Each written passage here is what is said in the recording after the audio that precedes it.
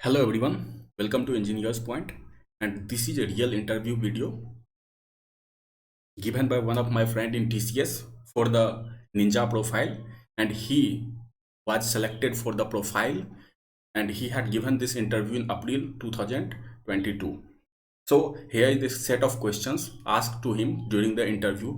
We are going to see only those questions which were asked to him. So let's start the video. So first question is asked about your name, that is obvious. And then second question, you are asked to tell something about yourself. In this question, you have to include 3 points and is very essential for maintaining the pace of your interview. यहाँ पे मेरे कहने का ये मतलब है, interview दो तरीके से चलता है। एक तो आप जो इंटरव्यूअर को बताते हो उससे रिलेटेड क्वेश्चंस इंटरव्यूअर आपसे पूछते हैं, और दूसरा वो कि इंटरव्यूअर अपने हिसाब से आपसे क्वेश्चंस पूछ रहे हों। तो यहाँ पे आपको टोन सेट करना पड़ता है इंटरव्यू का, कि आपका इंटरव्यू आगे किस तरीके से चलने वाला है। फॉर एग्जाम्पल, आपको इंट्रोडक्शन में अपने प्रोजेक्ट्स इंक्लूड करने हैं जिस पे आपने वर्क किया हुआ है, या फिर आपको सर्टिफिकेशंस ऐड करने हैं जो आपने अपने कोर्स के अलावा किया है, और जो भी इंटर्नशिप्स आपने कर रखा है तो आपको वो इंक्लूड करने होते हैं, जिससे कि आपसे जो क्वेश्चंस इंटरव्यूअर पूछते हैं वो उन्हीं के रिलेटेड पूछते हैं। तो फॉर एग्जांपल अगर मैं देखूं तो मेरे दोस्त ने आर्टिफिशियल इंटेलिजेंस में एक कोर्स करके रखा हुआ था, तो उससे क्वेश्चन पूछा गया था about the difference between artificial intelligence and machine learning. तो इसका सिंपल सा आंसर होता है कि मशीन लर्निंग एक रेप्लिका है किसी भी एक्शन का, जबकि आर्टिफिशियल इंटेलिजेंस क्रिएटिविटी को अडॉप्ट करती है। फॉर एग्जाम्पल मैं आपको समझाता हूँ। अगर आप एक रोबोट बनाते हो और एक एक्शन उसे बार बार करने के लिए, उसको एक ही एक्शन उसको बार बार परफॉर्म करने के लिए आप ऑपरेट कर रहे हो, और वो कुछ समय बाद रोबोट उस एक्शन को परफॉर्म करने में एफिशिएंट हो जाएगा, तो ये एक मशीन लर्निंग का एग्जांपल हुआ, क्योंकि यहाँ पे रिपीटेशन हो रहा है। लेकिन यहीं पे अगर आप उस एक्शन से थोड़ा सा डिफरेंट एक्शन अगर आप उस रोबोट को करने को दे देते हो, और अगर वो रोबोट कर पा रहा है, तो दैट इज आर्टिफिशियल इंटेलिजेंस। तो यहाँ पे क्रिएटिविटी दिखाई गई है उस रोबोट के द्वारा। उसके बाद नेक्स्ट क्वेश्चन की बात करें तो यहाँ पे पूछा गया था कि if you have to change items within a set in future, then what will be you choose between list and tuple.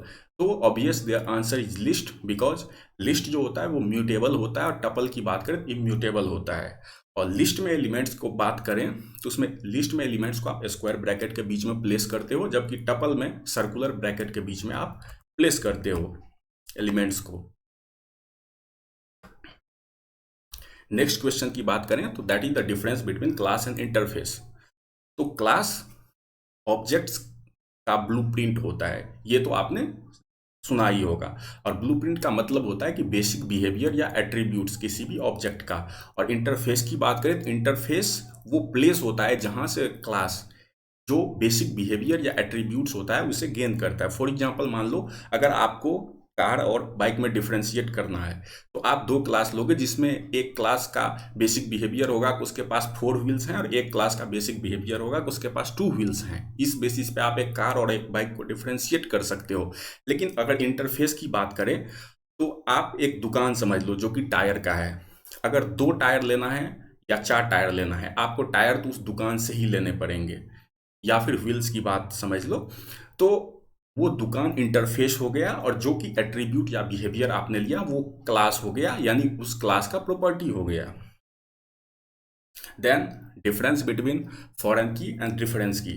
तो डिफरेंस की बात करें तो ये एक तरह का आपका प्राइमरी की है, जिसका कि यूज आप कॉलम लेवल कॉन्स्टेंट्स के लिए करते हो। फॉर एग्जांपल, आप एक कॉलम बना रहे हो, फॉर एग्जांपल सैलरी का, तो उसके लिए आपने जो कंस्ट्रेंट का यूज किया है वो एक रेफरेंस की हो जाता है। वहीं फॉरेन की बात करें तो ये प्राइमरी टेबल को सेकेंडरी टेबल से कनेक्ट करती है। मतलब आप 2 टेबल अगर बना रहे हो तो दोनों टेबल में एक कॉलम आपका जरूर होगा जो कॉमन होगा, तभी आप दोनों टेबल के बीच में रिलेशन एस्टेब्लिश कर सकते हो। और उसी कॉमन कॉलम को हम फॉरेन की भी कहते हैं, अगर सेपरेटली बात की जाए हर एक की तो। Then next question is what is encapsulation. Encapsulation का सिंपल मतलब होता है कोड और डेटा जो है आपका उसको एक बाइंडिंग ऑपरेशन परफॉर्म करना, यानी कि सिंगल यूनिट के फॉर्म में उसको बाइंड करना। कैसे होता है देख लो, अगर आपके पास एक डेटाबेस है तो आप चाहोगे कि जो कोड आप लिख रहे हो या जो कोड के थ्रू आप उस डेटाबेस को एक्सेस कर रहे हो वो सिंगल कोड होना चाहिए, और कोई दूसरा कोड अगर उसको एक्सेस कर देता है उस डाटाबेस को तो ये प्राइवेसी का ब्रीच हो जाता है डाटाबेस का। तो इसी प्राइवेसी के ब्रीच को स्टॉप करती है इनकैप्सुलेशन, यानी कि डाटा और कोड को बाइंड करती है। मतलब डाटा को पता होता है कि कौन सा कोड उसे एक्सेस कर सकता है और कौन सा नहीं। That is the process of encapsulation. Next question की बात करें तो ये बेसिक क्वेश्चन है, ये आपको हर इंटरव्यू में पूछा जाएगा कि आपका जिस लैंग्वेज पे अच्छा पकड़ है वो लैंग्वेज सी से कैसे डिफरेंट है। यहाँ पर हम पाइथन की बात कर लेते हैं। तो पाइथन इंटरप्रेटेड होता है, और इंटरप्रेटेड का मतलब होता है कि जब भी प्रोग्राम का एग्जीक्यूशन होता है तो लाइन बाय लाइन एग्जीक्यूशन होता है, एक साथ पूरे स्टेटमेंट्स का एग्जीक्यूशन नहीं होता है। और second point, Python high level language होता है। हाई लेवल लैंग्वेज का मतलब है कि वो बेसिक इंग्लिश टर्मिनोलॉजी यूज करता है, जिसके कारण कि पाइथन रिमेंबर करना आसान हो जाता है। और Python object oriented programming language है, मतलब पाइथन में आप क्लासेस का कंसेप्ट यूज करते हो, और जहाँ पे आप क्लास का कंसेप्ट यूज करते हो वो एक ऑब्जेक्ट ओरिएंटेड प्रोग्रामिंग लैंग्वेज होता है। और सी की बात करें तो सी कंपाइल्ड होता है। कंपाइल्ड का मतलब यहाँ पे जो प्रोग्राम का एग्जीक्यूशन होता है वो एक साथ सारे स्टेटमेंट्स का एग्जीक्यूशन हो जाता है। और एग्जीक्यूशन की बात करें तो सी कम टाइम लेती है विद रिस्पेक्ट टू पाइथन। और सी जनरल पर्पस होता है, यानी कि यहाँ पे आप इंग्लिश टर्मिनोलॉजीज का जनरल यूज नहीं देखोगे, आपको बहुत सारे टर्मिनोलॉजीज रिमेंबर करने पड़ेंगे, जिसके कारण कि सी का सिंटैक्सिंग थोड़ा डिफिकल्ट हो जाता है। और प्रोसीजर ओरिएंटेड लैंग्वेज होता है सी, यानी कि इसमें आपको क्लासेस का कंसेप्ट नहीं देखने को मिलता है। देन अगर आप नॉन ITCS बैकग्राउंड से हो तो ये कॉमन क्वेश्चन आपसे पूछा जाएगा कि will you be able to adjust your self in IT role. तो आपको इसमें एक ही पॉइंट दिखाना है कि आप विलिंग हो लर्न करने के लिए, यानी कि आप में सीखने की इच्छा है, और यही एक इंटरव्यूअर देखना चाहता है कि are you willing to learn new things और नॉट। और आपको बस यही दिखाना है कि आपको बेसिक आप प्रोग्रामिंग लैंग्वेजेस का आता है और आप एडजस्ट कर सकते हो फ्यूचर में अगर आपको अपॉर्चुनिटी दिया जाता है तो। And that's all for today. If you have like the video, kindly subscribe the channel, like the video, and please share the video.